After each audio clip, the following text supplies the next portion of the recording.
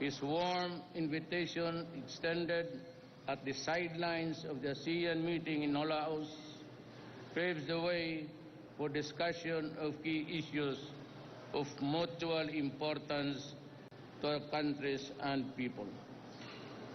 We will discuss, among others, greater political, social, and defense cooperation, particularly in maritime domain awareness and maritime security.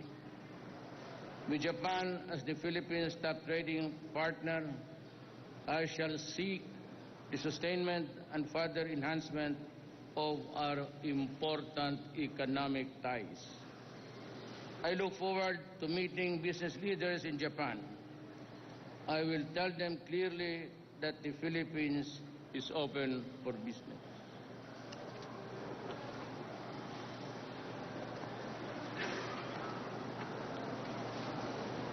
To support the Philippines' sustained growth and development, I shall seek to open more avenues of cooperation in key infrastructure development. In particular, we can tap the experience and expertise of Japan in developing high-quality and modern public transportation. The visit will be an opportunity for me to personally thank Japan for its preeminent and peerless role as the Philippines' development partner. I shall seek the strengthening of this role through more high-impact projects that will benefit our nation. Mindanao will be a central focus as together with Japan, we shall seek to put on track these island regions towards a just and lasting peace and development. I shall also meet the leaders of the Japan-Philippines Parliamentarian Friendship League to seek greater interaction between the collaboration by our legislators to a common agenda. This is an important time for Philippine-Japan relations as we advance an independent foreign policy in our engagement with the community of nations.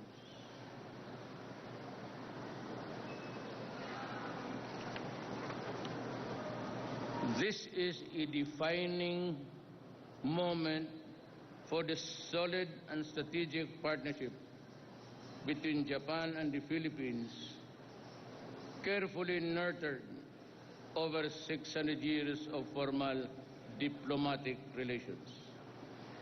During this visit, I am honored to pay a courtesy call on His Majesty the Emperor. This courtesy call is imbued with great and special significance. It reaffirms at the highest level the positive transformation of ties between our nations and peoples.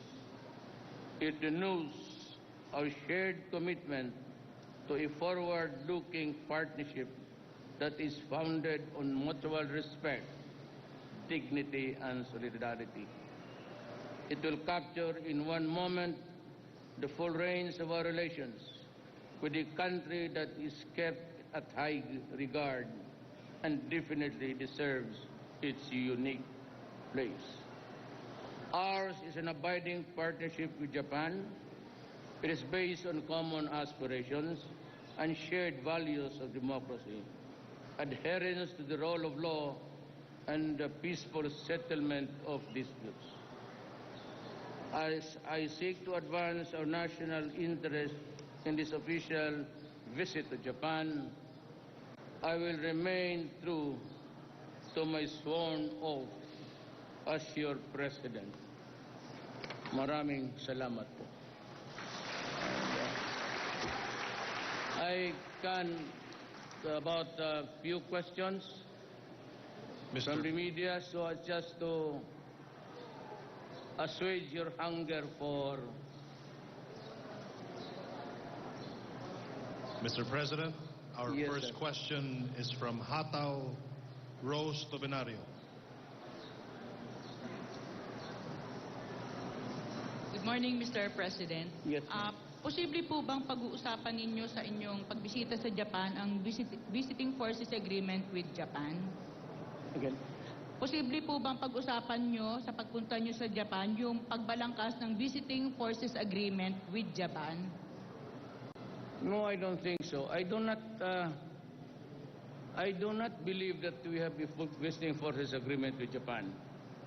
To my mind, I may be wrong, but I have yet to come across an agreement or a piece of paper which says that we are in this arrangement of Japanese troops, military troops, if you mean, visiting my country. As a matter of fact, I said in our, it's section 7, I forgot the article, the Constitution mandates that the government of the Republic of the Philippines shall pursue an independent foreign policy. And to that extent, I would like to say this with all candor. I look forward to the time when I no longer see any military troops or soldier in my country except the Filipino soldier. Hangarin ko po yan na wala na akong makitang sundalo sa ibang bayan, kundi yung sundalo ng Pilipinas. Thank you po. Second question po. Sa napipinto po ninyong pagpunta sa APEC Summit sa November 19 to 20, sa palagay po ba ninyo ay mas maipapaliwanag ninyo ang inyong independent foreign policy at ang drug war na isinusulong po ng inyong administrasyon? Well, I said I do not have to dovetail what the policies of our countries are, and especially in the matter of stationing of the military troops in my country. I really hate it. I don't want it. We don't need it. We're not going to war, and there's not going to be any war in the future. Our Yes. third question is from Makiko Segawa of TV Tokyo. Makiko Segawa. Thank you so much for accommodating. I'm Makiko Segawa. I'm representing TV Tokyo. And the first question, what emotion, what motivation and feeling now you carry for Japan because you are about to leave for Narita Airport, Tokyo? And then, Even as I take off today, this afternoon, just seeing you in my country asking questions is the beginning of a great expectations and joy. I go to Japan with full trust that we can understand each other, and Japan will understand my position vis-a-vis with the foreign policy that I want to implement. It's just a question of a policy that is really, truly Filipino. thank you. And the second question is foreign, like in Japan, the many media talking about your diplomacy, attitude of diplomacy, if you are more for China or for Japan, and can you tell me the truth? Like if you like more Japan or you like more China? Okay? You understand? Can you translate? Mr. President, she is asking if you love Japan more or you love China. Between China and Japan, I think I love the Philippines more.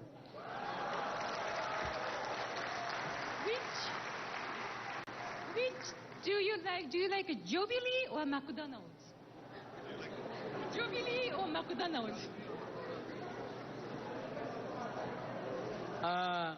Frankly, I do not eat, really, truly, seldom, very often. But I stick to bibingka and maruya. Native dish. Arigatou gozaimasu. Salamat. Enjoy Japan. Thank you. The last person who will ask a question is Tuesday New of DZBB. What is it? Good morning, Mr. President. Tuesday ma'am. New of DZBB.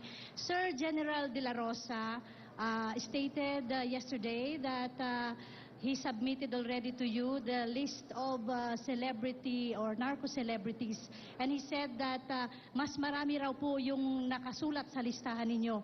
Do you plan of announcing it, sir, to the public, katulad nung ginawa ninyo doon sa mga narco-generals and narco-politicians?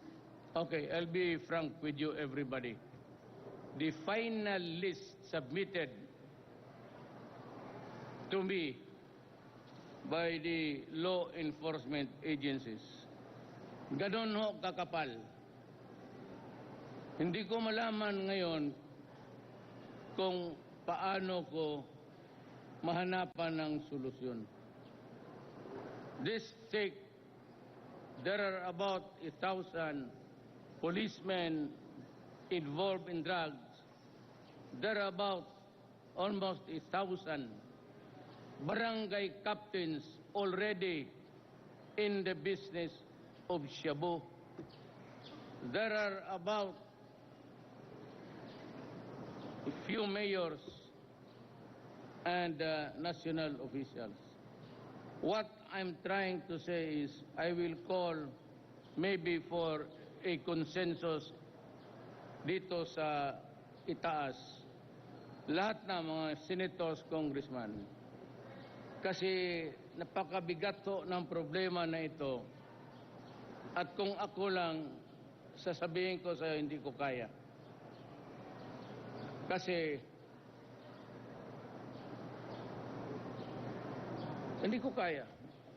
I mean, anong gawin ko dito? Patayin ko lahat? At medyan na naman 3,000.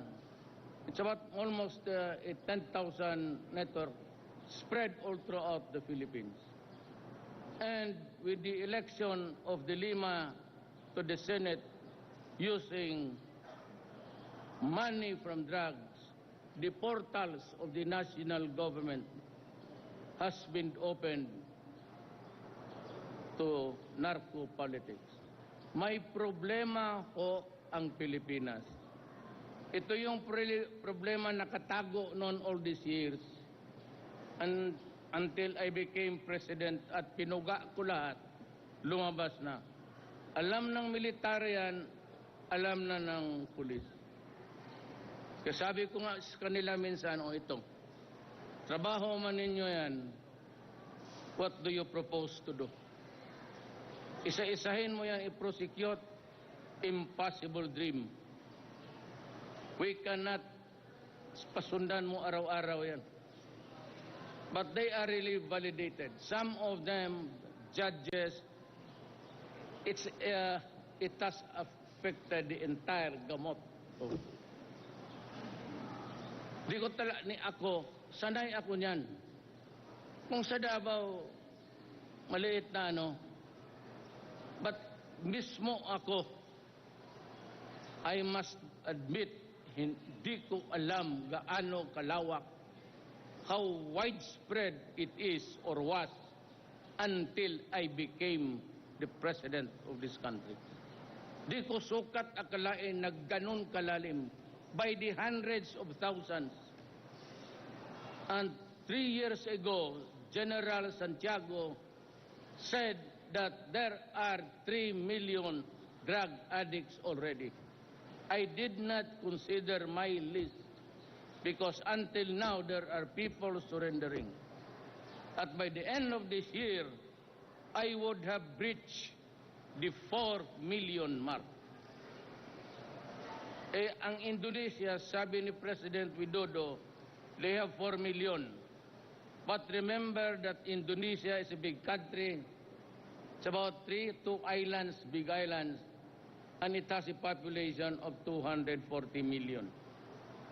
Ang akin, is maliit na island, 7,000 pieces of islands, and I have 110 rather, population, with a 4 million headache.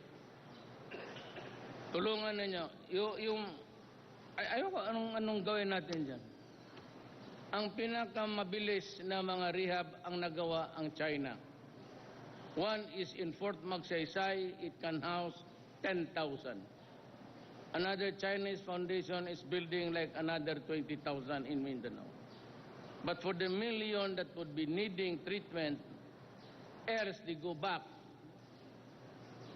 to where they belong, and that is using and pushing shabu. The problem is,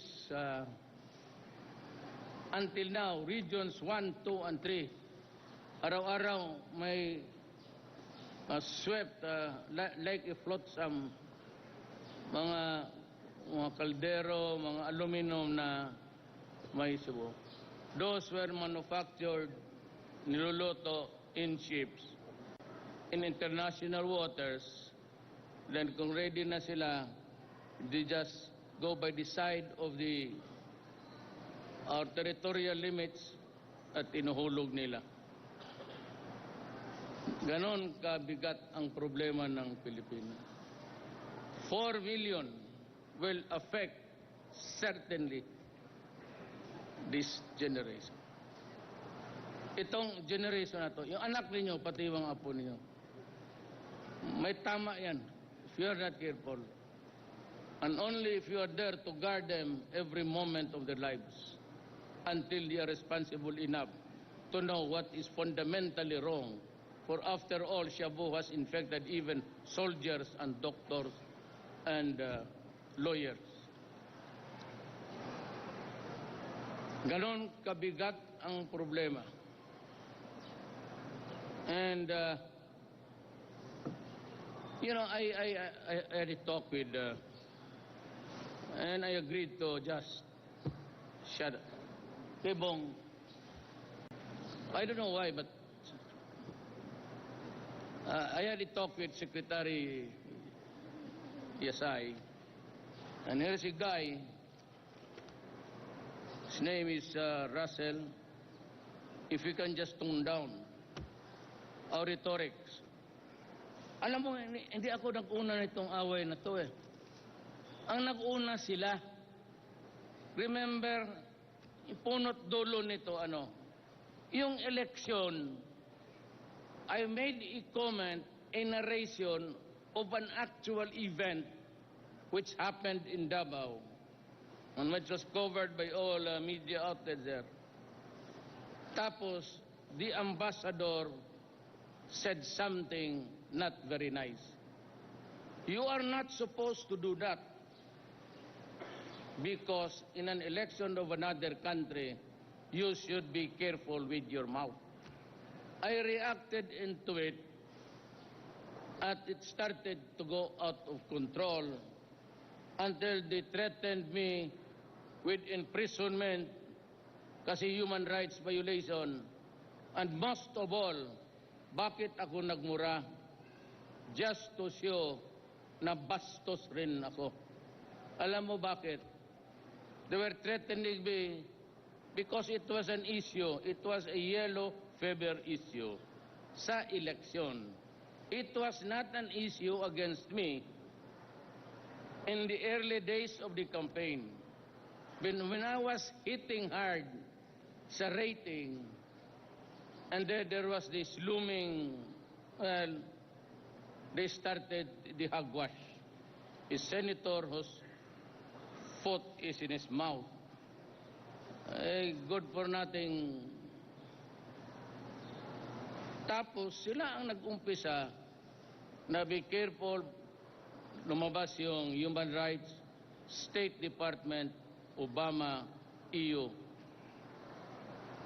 Ginanon ako, and every time they said, we will cut our assistance. Sabi ko sa kanila, putang ina ninyo, wag mo kaming gawing aso. Do not, sabihin mo na, as if I am a dog with a leash, tapos magtapon ka ng pan doon sa malayo, hindi ko maabot. Sila, you review. All that I did was, alam mo bakit? Walang nakikinig. I was trying to say na ganito. That hindi yung 3,000 na yan, mga ulol kayo, hindi lahat gobyerno yan. May pinatay ng gobyerno on legitimate encounters. But it doesn't mean to say that the 3,000, parang pinalabas nila na wala nang ginawang gobyerno except to yung state-sponsored killing. Binastos ang bayan ko. Hindi ako. Sanay ako, politiko ako. And so what if hindi sila believe sa akin? Hindi naman ako believe sa kanila. What yung pagsabi every time that they make a comment about human rights, which is really sinasakyan ng mga gago dito. Pinapalaki nila. Maybe itong elite, pati itong mga mayaman sa mundong ito dito sa Pilipinas, ayaw sa akin. Let's say kayo, ayaw ko rin sa inyo.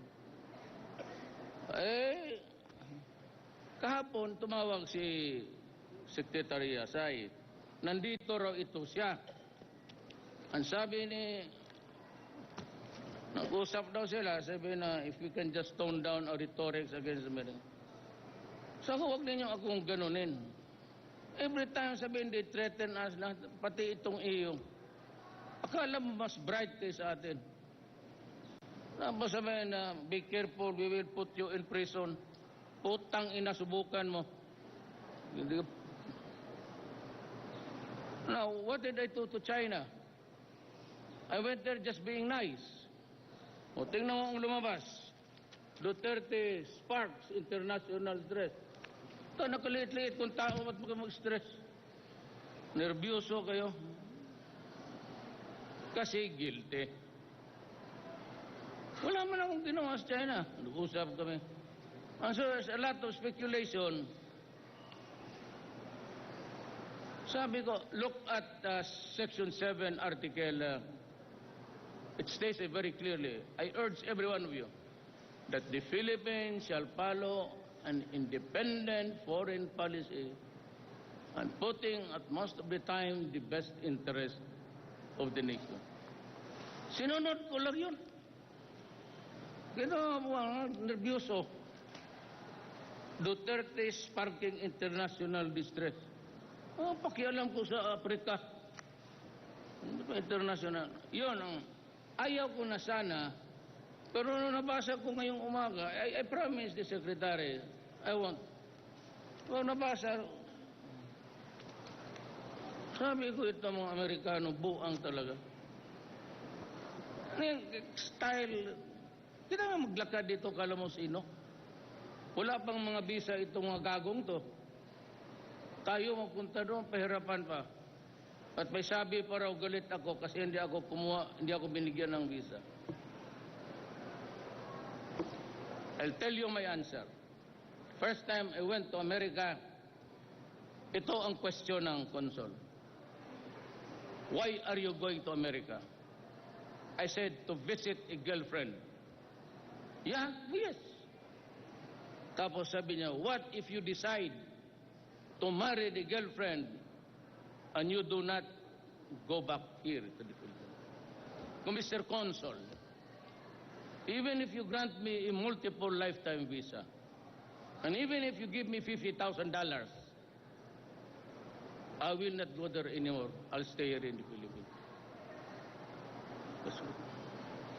Hindi ako hangul ng bayan na baski ako kahirap natin. Hindi, magtiis tayo. Do not dangle me about America. What is it? Nagkagulo-gulo na nga kayo doon eh. Why should you go there? Magtanong ka ng mga Pilipino doon, mga doktor. Tanong ka ng mga sundalo na nag-aral doon. It's pure bigotry and discrimination doon. Magtanong ka na napunta. Kasi bayan nila. Kaya sabi niya, separate. Well, separate, yes. You have the EDCA. Well, forget it. If I stay here long enough, one day that EDCA will, if it's an executive agreement, then I will just. I do not want to say any military man of any other nation except the Philippine soldier. Yan lang ang gusto ko. That's the long and short of it. I want an independent policy that ako pasunod-sunod ba si kanino.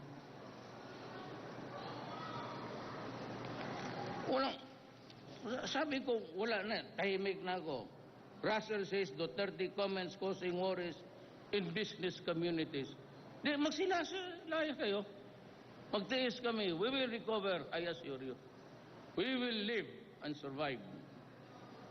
We have gone to the worst of times in this planet. Tapos isang comment niya, RP China reapproachment should not come at the expense of the US. Napakabilis ng Malaysia ng mga gago. Wala kami pag-usapan sa China kung hindi paano magluto ng siupaw na maganda pati chapsoy. Eh kung maibigay ang China, di pasalamat, eh di wala, di wag. Ito naman, Goldberg says US remains strongly committed to the defense of the Philippines. There will be no wars anymore. Sino ba ipapagagira sa atin? China? What will they get? Japan? Anong defense? Baka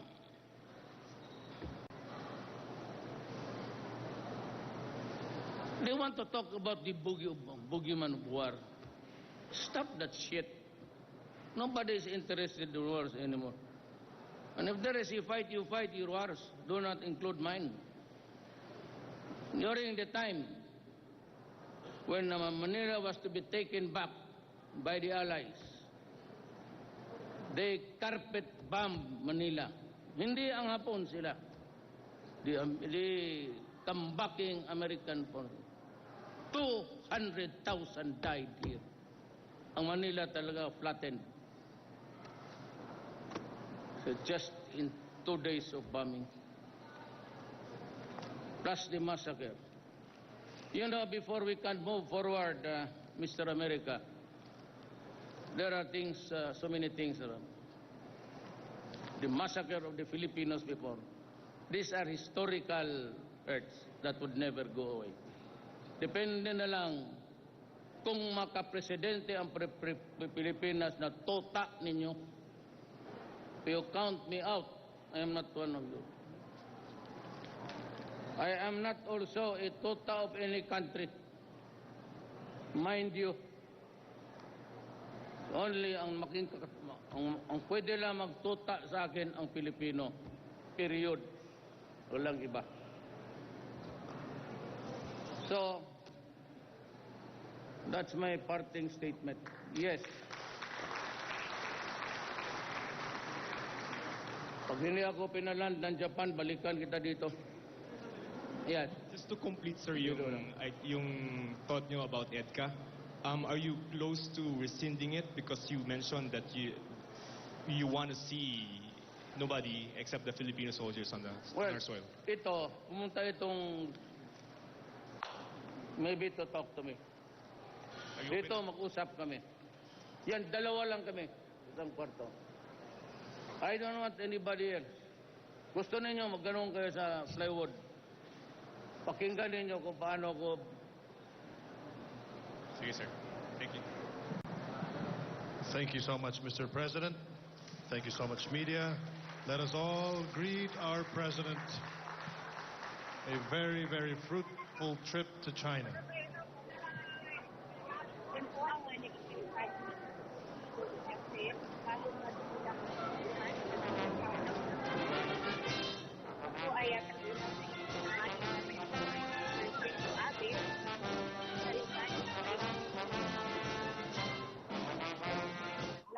Kung inyo po nga matatandaan, inilarawan ni Prime Minister Abe sa Pangulong Duterte bilang rockstar dahil sa makulay nitong personalidad.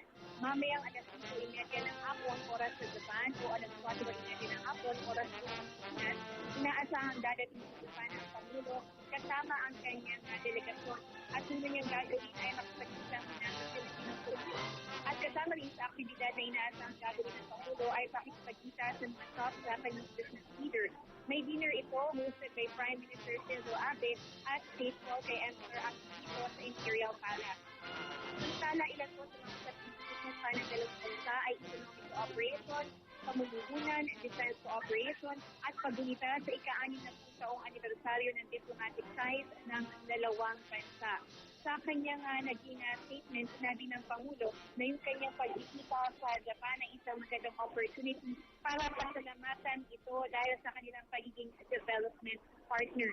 Ilan po sa delegasyon na kasama ng Pangulo sa Japan ay si Foreign Affairs Perfecto Yasay, Labor Secretary Silvestre Bello, National Security Advisor Jimenez Esperon, at ang kanyang spokesperson Ernesto Abella at Communications Secretary Martin Andanar.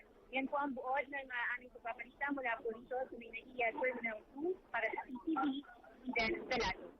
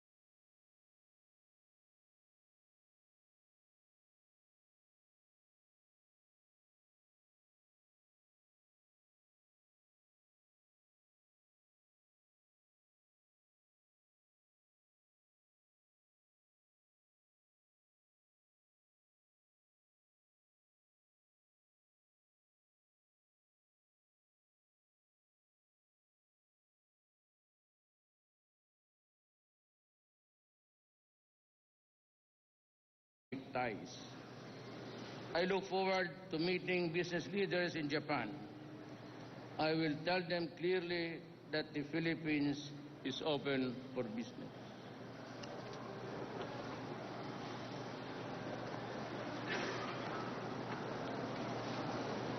To support the Philippines' sustained growth and development, I shall seek to open more avenues of cooperation in key infrastructure development. In particular, we can tap the experience and expertise of Japan in developing high-quality and modern public transportation. The visit will be an opportunity for me to personally thank Japan for its preeminent and peerless role as the Philippines' development partner. I shall seek the strengthening of this role through more high-impact projects that will benefit our nation. Mindanao will be a central focus as together with Japan, we shall seek to put on track these island regions towards a just and lasting peace and development. I shall also meet the leaders of the Japan-Philippines Parliamentarian Friendship League to seek greater interaction between the collaboration visit. I am honored to pay a courtesy call on His Majesty the Emperor. This courtesy call is imbued with great and special significance. It reaffirms at the highest level the positive transformation of ties between our nations and peoples. It renews our shared commitment to a forward-looking partnership that is founded on mutual respect, dignity, and solidarity. It will capture in one moment the full range of our relations with a country that is kept at high. His warm invitation extended at the sidelines of the ASEAN meeting in Laos paves the way for discussion of key issues of mutual importance to our countries and people. We will discuss, among others, greater political, social, and defense cooperation, particularly in maritime domain, awareness, and maritime security. With Japan as the Philippines' top trading partner, I shall seek the sustainment and further enhancement of our important economic by our legislators to a common agenda. This is an important time for Philippine-Japan relations as we advance an independent foreign policy in our engagement with the community of nations.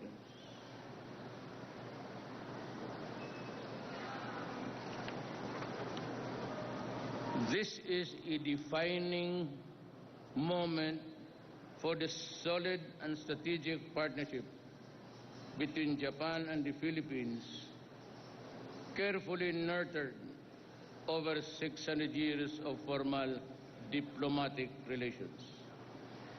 During this